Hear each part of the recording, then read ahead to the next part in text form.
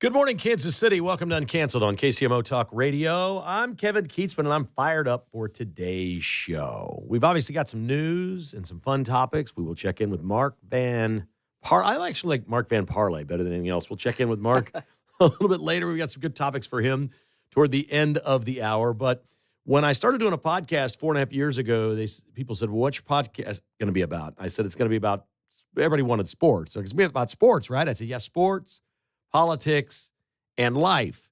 And I threw life on the end because I thought, well, that covers any topic we ever want to do. So I'm going to bring that from time to time to this show. And we're doing it today with a man that I met many, many, many, many years ago and had him on a few times on Sports Radio 810. You hear him here every Saturday on KCMO Talk Radio. He's Jasper Mirable of Jasper's Kitchen on Saturdays at 11. And, of course, Jasper's Restaurant. What I want to do today, and I know Pete's had him on before, I want to talk about his unbelievable family story of immigration to the United States and what they have accomplished since about 1900, I guess, when Leonardo, as I understand it, first came over. So that's going to be fun. We're going to talk with Jasper about that. We'll do that the first segment. Second segment, we'll talk about his restaurant, maybe get into recipes. If you're interested in calling him and asking him anything about food, we can get into that as well. There's an awful lot of talk about healthier food and better items for us, and all of those things are in the news, and maybe some celebrities that have been at his restaurant through the years. So we're looking forward to that. We begin today, though, with the headline, and that is, it just continues to dominate the news like no other Trump story since he was inaugurated, and that is the tariffs. And there are two big newsmakers. One of them you just heard on the national news there about Scott Bessent saying, so what? He basically said, who cares what China does to us for retaliatory tariffs? His response is, so what? And so I hear that, and I'm a little leery of that, and I'm like, okay, I want to buy in, but why? And he says, well, they export 5 times as much stuff to us as we do to them. They limit things from other countries coming in their country. Like Apple doesn't have a chance. iPhone doesn't have a chance of being the best-selling phone in China because it's not a competitive marketplace. They make things in their country. They undercut it in price. They obviously sell more of those, and they make sure that Apple has a very limited market share in China, which is weird because a company like Apple's invested a lot there and has factories and spends a lot of money in China. But the trade deficit, forget the dollars, just the items going back, the tariff dollars, what the items are all worth is 5-1. So Bessent's like, really? They're raising their tariffs? What do we care? What we're tariffing their butts on is 5 times as much stuff as what they're buying from us. So that's the big difference. We're locked in on tariffs, but when we look at what we're doing with trade deficits with these countries, let's just talk about the value of all the items. Kevin O'Leary, Mr. Wonderful, was on CNN last night. He said he wants 400% tariffs on China and said the only reason is that's the only way the taxes will be equal. We have to charge them 4 or 5-1. I don't think Trump's done yet. I think O'Leary's onto something. I think this 104% is nothing.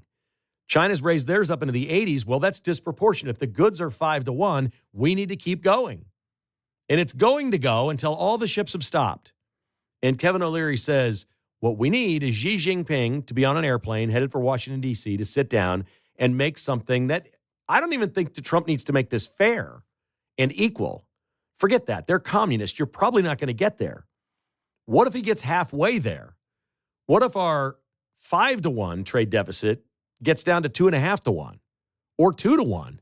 What an unbelievable win that would be. And it's pretty clear now the markets are at least settling in because it got wild between the United States and China while we all slept last night. They're settling in a little bit. I think they're starting to realize that this is really all about negotiating with Europe and China. And the rest of the countries are all just towing the line. They're all falling into place. All the other countries are falling into place. And Trump's big work, the heavy lifting here, is going to be China and Europe. And we'll see how it plays out. I don't know, man. I'm another guy that says, I don't know. I do know this. If I were president, I would not have the stones to do this. I wouldn't. I wouldn't have the political will or the fortitude. And Donald Trump's probably the only person in America that has the ability to do this and stay with it. Pretty cool stuff. So we can talk about that a little bit later on. Earlier today on Monday in the morning, Patrick Tuohy from the Show Me Institute was a guest. Patrick Tuohy has been a fill-in host here, and I love the guy. I agree with him on like 90-some% of everything. I think he's a really smart guy. I think he's smarter than me. I think he's a great writer. I think he's a really big and deep thinker, and I love that about the Show Me Institute. and the work that he does. But I was so hurt when he said, Pete, all due respect to your friend, Kevin Kietzman. I was like, wait, Patrick, wait, our friend. He slipped up. I'm teasing. I'm not picking a fight with Patrick Tuohy. We see the Royals and Chiefs differently and what may play out, although I've not made a prediction. I simply have never seen a team turn down 70% of stadium funds to build a stadium. I've never seen that. So if they stay in Missouri, and now Mayor Lucas says he can match that. It was interesting to hear Patrick Tuohy basically say Missouri will have a better offer than Kansas because of profits or investments lost or things like that. But then later he said, I don't know, Mayor Q says he's got all this money. I don't know where it's coming from, and there has to be a vote. Well, there can't be a vote before June 30th. That's when the deadline in Kansas is. So, again, I'm not making predictions. Patrick is pretty steadfast that he believes both teams are going to stay in Missouri. All I know is if they turn Kansas down, nobody's ever turned that down before. So we shall see. But here it is, earlier today on Monday in the morning, Patrick Tuohy talking about Missouri being the better destination for the Royals and the Chiefs. Missouri is in a much better position to make a bad offer. You know, it made me laugh. That is such a good point. Missouri's in a better position to make a bad offer. You're right, because no one's ever tried the Star Bond deal on this size of a scale. And if they can't create the sales tax revenues to pay off the bonds, well, guess who's on the hook, right?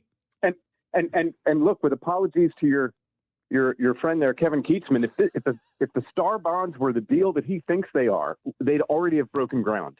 They just aren't. And the guys who look over the money deals on the Chiefs and Royals side know that. All right, there you go. Yours truly has been called out by the guest host of the show, Patrick Tuohy.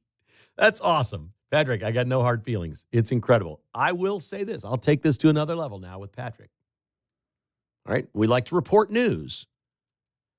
That is Patrick Tuohy of the Show Me Institute guaranteeing that the Chiefs and Royals stay in Missouri. That's what that was. Mocking someone who talks about the Star Bonds and saying they're not as good an offer and basically distancing yourself from them. He's thrown down. He's made his prediction. The Royals and Chiefs will be in Missouri. And Patrick is like that. Now, he loves Missouri. And there may be a little KDS going on here. There's some people in Missouri that have Kansas derangement syndrome. They do. People in Missouri know this. They readily admit it. I have lots of friends, relatives, business associates in the state of Missouri. They know this. They hate the state of Kansas more than the state of Kansas hates Missouri. That's okay. It's just a fact of our city. I've lived here my whole life. I'm qualified to say this. There may be some Kansas derangement syndrome in there with Patrick. That might be. I don't know. I don't know how there's going to be a vote before June 30th. I don't think Kansas can easily extend the Star Bond offer. Maybe they can somewhere down the road. But are the Chiefs and Royals going to call chicken on Kansas and say, we need you to offer up the Star Bond again somewhere down the road because we're going to wait on a vote in August or November in Jackson County, which nobody's even talking about, or in Kansas City, Missouri, or in the state of Missouri. No, this needs to be done in Jeff City, and it needs to be done without a vote if it's going to stay in Missouri. Voters yesterday passed a wide variety of things here. They voted for taxes. They voted taxes for prisons in Kansas City. They voted taxes for schools, which they haven't done in a long period of time. It was an off election in April, very low turnout, 15% of the electorate, and people who really wanted these things in a Democrat-heavy city voted for more taxes of things that they believe the government should pay for. They believe the government's responsible for schools. These are ideologues, folks. They believe the government should run the schools and the Department of Education stay where it is and everything should be the same, just more money. And they believe in the tax that's been there for the prisons and want to keep that going. You ask those same people to vote for a billionaire, they're the ones holding picket signs. The same people that voted yes for taxes yesterday in Kansas City are the ones lined up that hate Elon Musk and they hate Donald Trump. Do you know why they hate him? Because they're billionaires and they hate billionaires. They'll tolerate their leftist billionaires, but they really hate billionaires. And when push comes to shove, the bottom line is Clark Hunt and John Sherman are conservative billionaires. And they're not going to vote yes to give them money. They're not interested in giving sports owners money. It's a totally different thing than schools or prisons. You can't be misled by the elections that were yesterday. We saw the beat down the Royals and Chiefs took last April in the election, and it was a slaughter. And things are worse now, and people are jumpy about tariffs and trade and all this other stuff. No, nobody's voting for a team owner right now. Sorry, it's not going to happen. It's hard to happen in good times, in perfect situations. It's not going to happen now with a gun to their head to move to Kansas. Good luck. Again, I'm not making predictions. If you ask me what I think, and I'm not, if I think there's a chance the Royals stay in Missouri. Quentin Lucas seems like he's planted his flag, that he's got that taken care of. He's very confident. And I think the Chiefs' best option is the Legends in KCK to take that money and build there and have their own facility, because there really is no real estate and entertainment opportunity at the Truman Sports Complex. It does not exist. Mark Donovan's already on record saying this isn't the power and light we're talking about. We're talking about building a couple things we can use on game day. Well, game day is 10 times a year. That doesn't sound like great business. We will see. Patrick Toohey, we shall see. Appreciate you mentioning me, and I totally respect his opinion. In many ways, I hope he's right, because Missouri's had him all along, and I think most people in Kansas City would wind up being happier at the end of the day if the apple cart was not upset. So we shall see. We'll take a break. Jasper Mirable is here. We're going to have a great discussion about his family immigrating here, what they've turned into, and all of the great things in his industry. We're going to do the life part of this broadcast next on KCMO Talk Radio.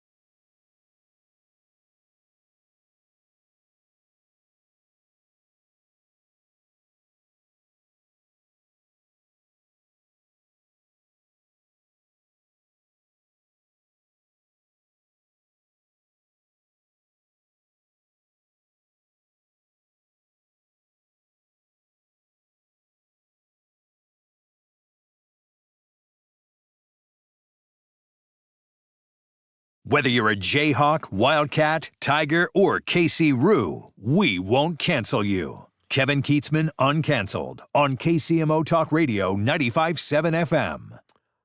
I met Jasper Mirabile many, many years ago when I was on Sports Radio 810, and we were doing some promotions and things with Marco Polo's next door to Jasper's, and featuring lunch specials and things like that. We had him on. He's such an agreeable gentleman and wonderful personality. His family has a rich and unbelievable story in Kansas City that dates back. Well, his ancestors go back about 125 years coming to America, and I just think it's one of the great success stories in Kansas City. If you haven't been to Jasper's recently, 103rd and State Line. He's got other businesses there. He's got a sports bar. He's got Marco Polo's. Jasper's got his hands in everything, but it goes way, way back to Leonardo in 1900 coming to America. Jasper Mirabile, how are you, sir? Oh, I'm fantastic, Kevin. I got to compliment you very quickly. I've been listening to you since you've been on the show here, follow the podcast, and just great to have you at KCMO, really. I mean, you're right next door to me when we're taping every week, so I enjoy that, seeing you and giving you a wave and just following you, what you're doing. We'll talk, thank you, that's kind of you. We'll talk about the restaurant in our next segment, but I want to know about your family's history here and how this all happened. I know it started as a bar in the 40s, and it would have been your grandfather or great-grandfather that came over here in 1900. My grandfather did. Leonardo and my grandmother, Josephine, came through Louisiana and up to Kansas City. My grandpa actually was involved with a bakery here in town, and then he dabbled with some other little businesses trying to make a living, and then he went to New York. And he stayed in New York until my dad was about 13 years old. Came back to Kansas City, and he owned a bar called the Lucky Tavern. The Lucky Tavern. Yeah, down on 12th Street. 12th Street, okay, downtown. Yeah, and it was one of these bars where a lot of problems. There was a lot of fighting and things going on every day, and my dad did everything he could to get him out of that bar. That was maybe the 40s? Yeah, so that was back in the late 40s and early 50s. And so my dad found this property on 75th and State Line. Okay. And everybody told my dad, "You're absolutely crazy. You'll never make it out south. The what do you call the streetcar? Yeah. Doesn't go that far. So what are you doing out this far? The road's a dirt road from there on to where we are now." And so he said, "You know what? I'm going to take a chance with it." And April 1st, 1954, he opened up Jasper's. Nice. And they started serving up Italian dishes. It was a small place. It was a small little place. It only had 12 tables. Okay, so was it more known as like a local bar with food? It was Rose's Bar beforehand. So it was Rose's Bar. And then my dad started putting in a couple Italian dishes every day.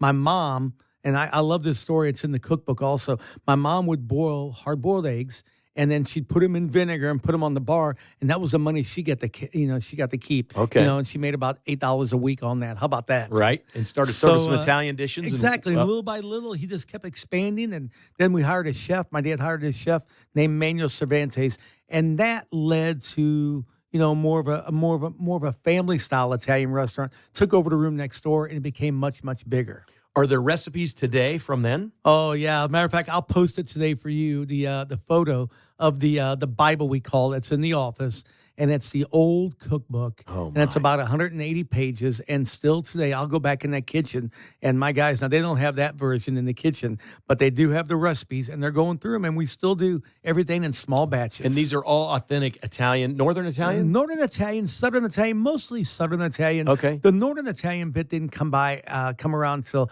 after the early 70s. Okay, and in America, great Italian restaurants, are these still the absolute traditional recipes from Ireland, from Italy, or have they changed for American tastes over the years? So I would say not. This is a great question because I had this conversation with Lydia Bastianich the other night about the Italian cooking in America. And when she first came over in the 60s and what we have now, things have changed a lot. I mean, we're old school. We're doing old school dishes, especially after the war, with the spaghetti and meatballs, things you didn't see in Italy. The lasagna, the way we make our lasagna in America today.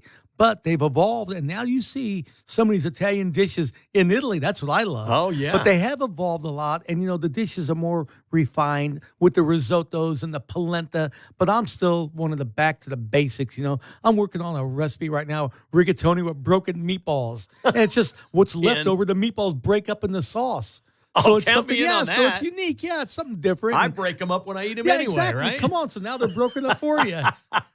Like little mini pieces of There you meatball go, in there. there you go. Absolutely fantastic. So then you made the hard decision, or was it a hard decision, with your dad to move south to 103rd Street? So my dad, my brother Leonard, myself, and my mama were all involved with that. I'll be honest with you, I was the one who was against it. I Really? didn't want to leave 75th Street. Business was very good. Business was, it was like we were at the top of our game. Mobile 4 stars, AAA 4 Diamond, Holiday Award, you named the Dorona Award. We had it down there on 75th Street. And there was no really reason to go. But when Walgreens came a knocking after 1 year of my dad negotiating, and this property came up on 103rd and State Line, and I didn't see it. My dad kept telling me, Jay, you don't know what's out there right now. You're sitting in this restaurant in these 4 walls, and you don't know what's going on around us. And we need to expand, and also we need to take the ties and the jackets off because people wanted something more casual. And my dad didn't get to see the new restaurant. Unfortunately, he passed away during the building of the new location, but he had it all in place, and this is everything that he wanted. We got about a minute before we break. We're talking with Jasper Mirabile. Jasper, what is amazing to me is the really smart business people in America. So many great business leaders have said, don't ever pass your family business down because the second generation won't work as hard as you. Yeah. They will take it for granted.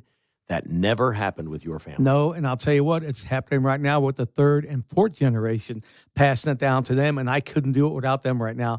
My nephews and my great-nephews are running the restaurant, and they do one hell of a job. I think they do a better job than I did. I'll stick to my cooking. Leonard takes care of the books, but the boys are doing a fantastic job with it. I get the feeling someone in your family has always been a natural marketer, too, with a There you type A go. There you personality go, that knew everybody in town, and we're going to get you in That's here. it. Jasper Mirabile is our guest. He hosts Jasper's Kitchen every Saturday at 11 right here on KCMO Talk Radio. We come back.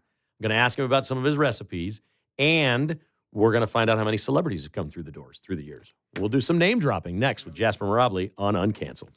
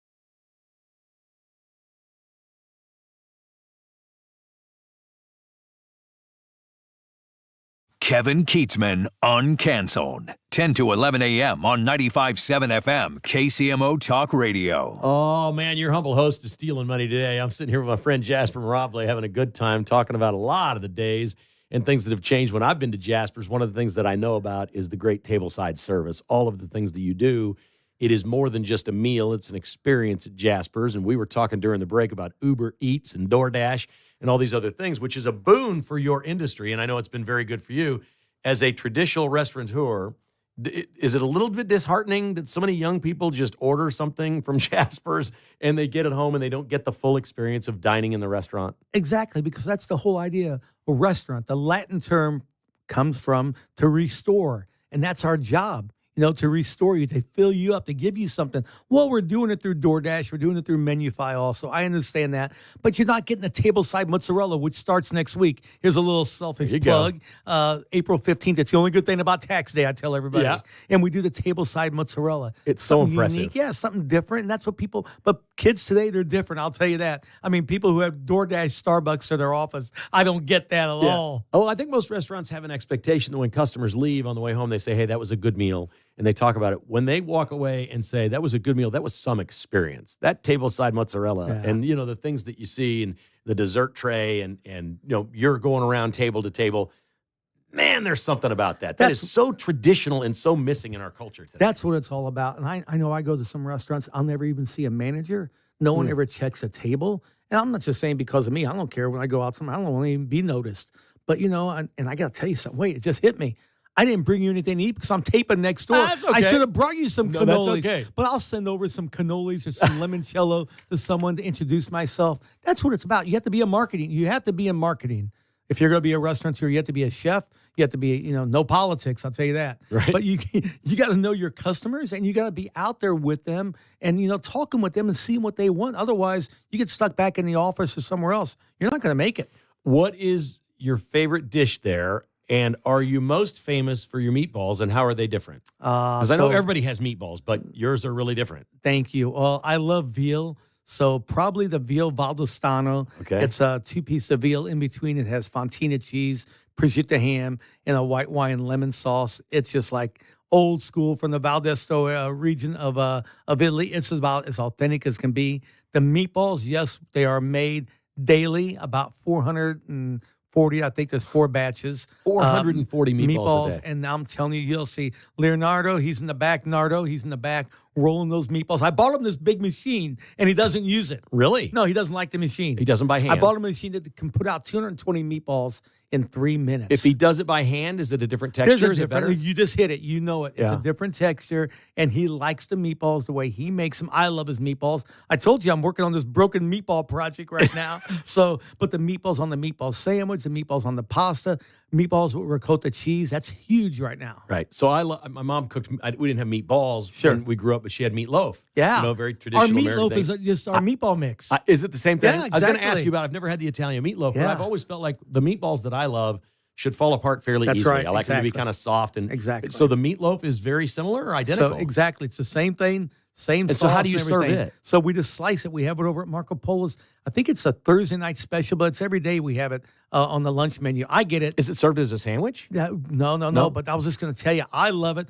I'll grab a couple pieces of Wonder Bread. I was going to say. We're ready for this Wonder Bread and some ketchup, and I'll make a cold sandwich.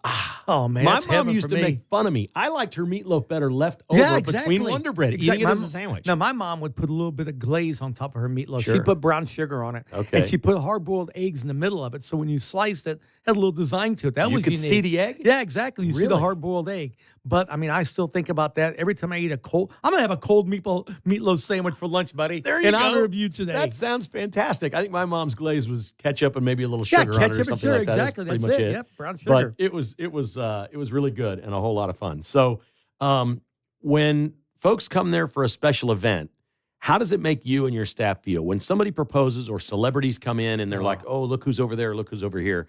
How does that change the energy in a restaurant? You know what? We love it. When we see a gentleman get down on his knees, we always immediately send over a little champagne to toast. But, when you see families come together, and that's what our place is right now, it's evolving right now. You'll see people here, the great-grandpa now is having dinner with the great grandchildren. When he was when he was younger, he was eating dinner back in the 50s at Jasper's. Right. And now the tradition continues. I saw that for our big anniversary party. And you see these young families now growing, and they're coming in. It's not about fine dining. It's not about, only coming in for an anniversary, getting together and just bringing people back to the table. And since COVID, that's a big, big thing, getting families back to the table. Let's talk about celebrities, sports celebrities, regular celebrities, whatever, maybe from when you were a kid and your dad had the place. And I know you've moved a lot of the older stuff from the location when you moved. You've still got some great memorabilia from the early days, now that you're 103rd and State Line.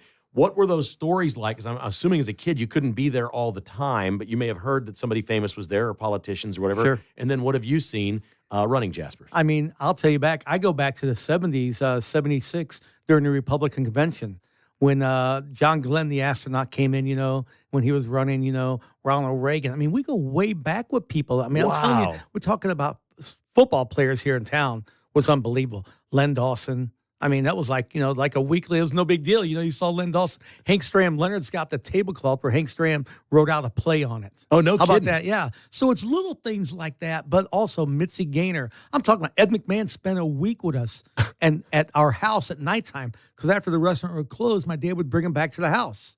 He probably needed to go someplace to sleep it off, right? So there were some famous people who ate at Jasper's because of Starlight and all that and our connection with Starlight. But even today, a lot of rock and roll, a lot of it doesn't matter. People come in town. Some people you don't even know are there. When some people do come there, we don't really like it when some of the guests are texting and say, hey, such and such is in the private room. And then you get some younger people outside waiting to meet them all. So we have a little secret entrance they can get in and out of. Perfect. So how do they know? Is it just decades of word of mouth all across the country? I think so. Back in the 70s, my dad set out to change the restaurant, and it became more of a fine dining. And so I still have to live up to some of those standards, but the reputation, the name got around the country with the Dorona Award, Chava Hale, and all that. And it just became, just like they said in a magazine back in the 70s during the convention, everything's up to date in Kansas City. Barbecue, but there's a Italian restaurant there that, people are going to. And that kind of put us back on the map. And since then, it's just been, you come to Kansas City, you want to have barbecue, a good steak, and go to Jasper's. We're talking with Jasper Mirabile. Jasper, do you have a game plan at the restaurant if Taylor Swift and Travis Kelce show up? How'd you know about that? I don't know, but I assume... I thought you said you do have one. No, I assume everybody has to... All the fine restaurants in Kansas City have to have some sort of a game plan. Now, you would know in advance. They're not just going to drop in, right? But you have a game plan as to how that would go down? Exactly. We have private rooms that you don't see in the main dining room, and ways they can come into the dining room and not be noticed. And we never say that. That's one thing you don't see. You don't see pictures in the restaurant of people have eaten at the restaurant. Sometimes I'll put a ticket up, like I did a few years ago. I said, boy, I wish I could tell you who's eating here right now. And there'll be 1,000 comments on social media. So I don't like teasing people. But sometimes back then, I'm trying to think back then. Boy, give me a minute here. No, that's okay. I'm trying to think. I can't remember who it was. But you were like, I can't post this. Gets posted now. To out the door. Come on, exactly. That's fun though. That is fun. And a lot of celebrities, a lot of recording artists that come in, and heck, it's just it's just a dinner for them. It's not a big deal. Some of the football players, recent football players, a lot of sportscasters when they're in town will come in. That's really cool. Okay, so tell me about the show you do every Saturday right here on KCMO Talk Radio. I hear it almost every Saturday. Thank you. I don't know what it is about 11 o'clock Saturday, but I think I'm always in my car. That's what I like. Always, which is great. So it's on, and I hear it, and a couple weeks ago, you had a wonderful lady on that had a food truck. I think it was a crepes. Yeah, exactly. She was the selling. creper, exactly. It's unbelievable. I'm listening to this.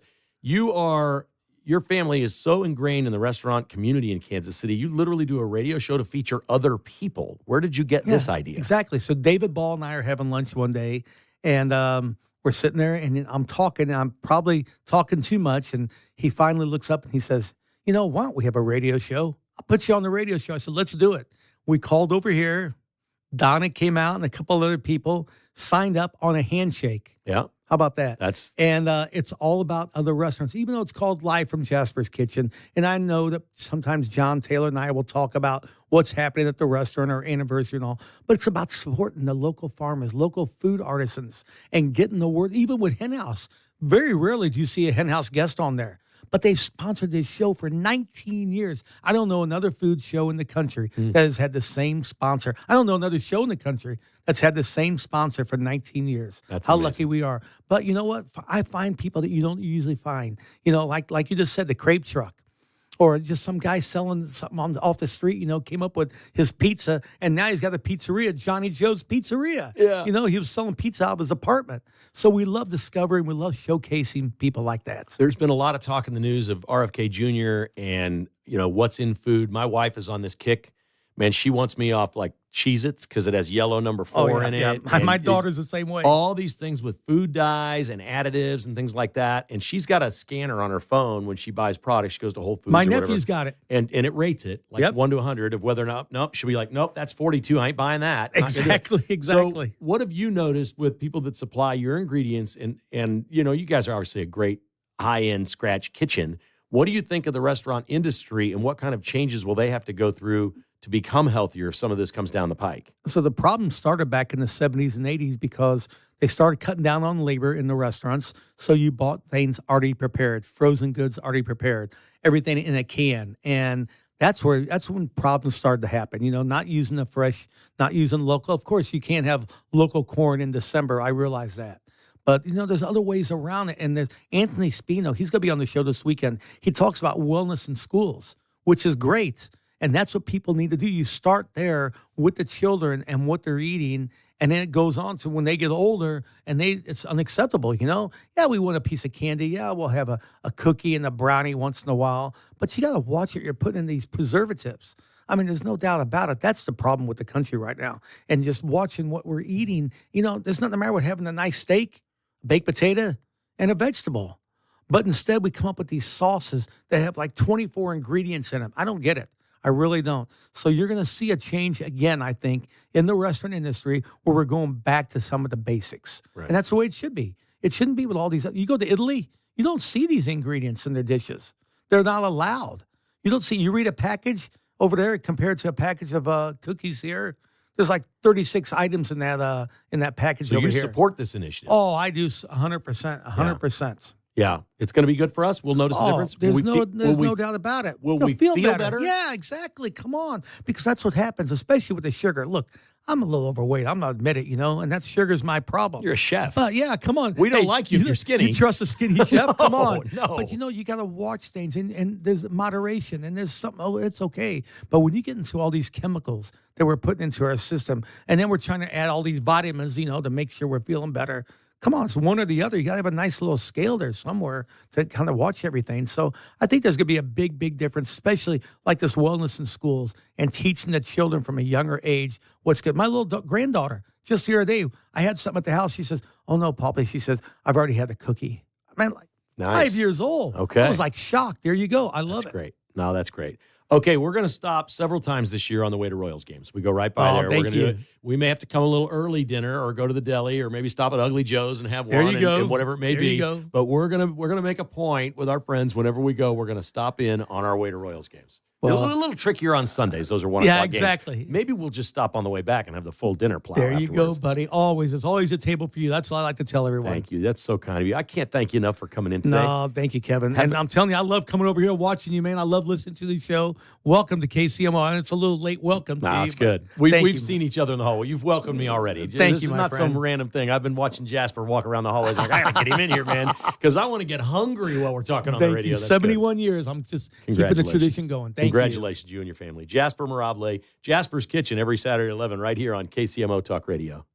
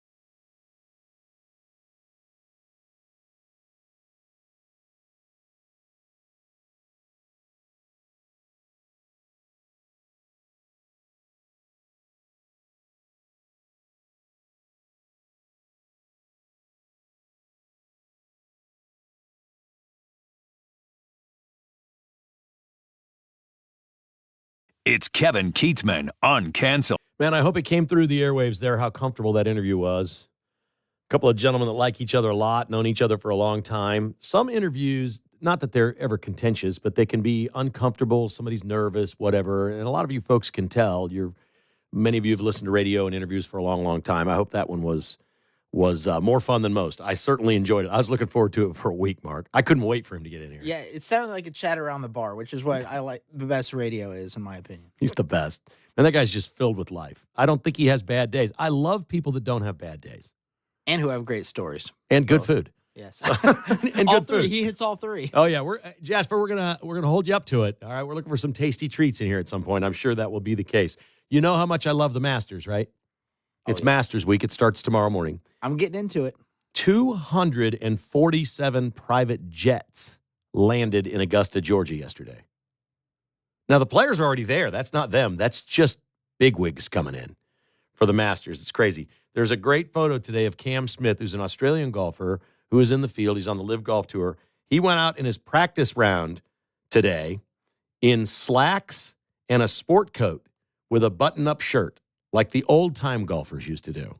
And he's got a ball cap on, too, but it really looks cool. They just treat the Masters differently. The par 3 contest will be later today. It's going to be a lot of fun. I can't wait for the Masters. I just love it. Okay, here we go. Guy Benson is coming to town on June 12th. You can get tickets by going to KCMOTalkRadio.com. And I cannot implore you enough to listen to Guy Benson every afternoon right here on KCMO Talk Radio. Not just because he's got a good show, but because of the alternative. You know I torture myself every now and then, Mark. You know what I do, don't you? Do you know what I did yesterday? Did you flip it up the dial? I did flip it up the aisle. And there was no Dana, so it wasn't a cackle fest. It was good. Kamala wasn't on the air. That was nice. So I didn't have to listen to her liberal stuff spewing and then her repeating, I'm not into politics, but oh, God, I'm so liberal. I love Kamala. The other dude is on, and he's got somebody else with him. This is Scott, right? And I don't know who's the guy on with him. It's not the producer. There's somebody else in there. I'm not sure it was. He says, I had to pull my car over. I wrote it down. I'm not kidding. Quote, I love politics. I always have. I wanted to be a congressman. He went on to say, I watch way too much cable news. I'm hooked on it. When they stop talking about politics, I turn it to another channel to get more politics. The show that doesn't talk politics. Well, at least finally somebody admitted it. The co-host said, we don't talk about politics here. And all I want to do is call in and go, no, you don't talk politics. You just talk about that. You don't talk about politics. They want so badly to be themselves. Scott Parks, release yourself. Do it. Free yourself from the shackles of Odyssey. You can do this. Be yourself. You have an open microphone. You have a talk show. Dana, be yourselves. For God's sake, don't shame the medium. Be yourself. Your program directors will be okay with it. It probably won't even hurt you in the ratings. I don't know. People like your show. It's great. But God, be yourself. Don't be fake. Now, when I worked over there, he was a Republican, and I think he has some TDS, but he might be coming back around. Really? Well, how can you tell? He just tells you yeah. he loves watching politics on TV. That's what he likes. How about this one? You've heard of the fight oligarchy rallies that they're having? The Democrats? Have you heard about these, Mark? Okay, well, it's Bernie and it's AOC. Oh, yeah, like a little rally here and there. Like, I'm not sure most of the people there know what oligarchs are or what oligarchy is. Like, they know how to mismanage marketing on the Democrat Party in the worst possible ways. Bernie likes shouting the word more than anything. I think that's right. Oligarchy. AOC got on an airplane to go to a fight oligarchy rally in first class, making the rounds on social media. I don't begrudge her for making money and flying first class.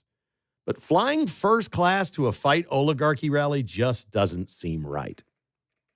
What do you think the Vegas odds are here, Mark Van Parlay, for Stephen A. Smith to be the Democrat nominee, to earn the nominee in 2028? The Vegas odds, 1 to 100 odds. 1 to 100. Yeah, this is not a 5 to 1, whatever. It's a percentage chance that he gets the nomination as of right now in the betting markets. Probably like 5%. That's exactly it. You nailed it. 5%. That's exactly it. There's obviously a lot of other candidates. I think that's low. I think he'd be a good bet. Yeah, I mean, he has the name recognition, which is huge. But other than that, I just don't know. I don't know if he can do it. Getting the nomination can be the easiest part. Winning the general is the hard part. Yeah, that's true. Right? Okay, so he's African-American. He's got a built-in vote. He can steal Trump votes because Trump got all these black males to vote for him, right? He's probably going to steal some of those. Sports fans, yeah. Sports fans, there's more than a 5% chance. He hasn't even announced he's running, but I find that one interesting. So we'll see what Stephen A. Smith decides to do. If you were his best friend, what would you advise him to do, Mark? I would just tell him to keep talking about sports on TV. Didn't raking in the dough? Yeah. Because he's making it. You keep making the money. Royals won 3 in a row. Bobby Witt just stole a game last night. Love it. Love it. You look good in blue, man. Oh, thank you. You've been wearing a lot of Chiefs gear, Nebraska gear, and KU gear. It's baseball season. It is. Keep that hat going. Let's keep this streak going. The Royals weren't very good last night, and Bobby Witt found a way to win one. The Vince Show is up next.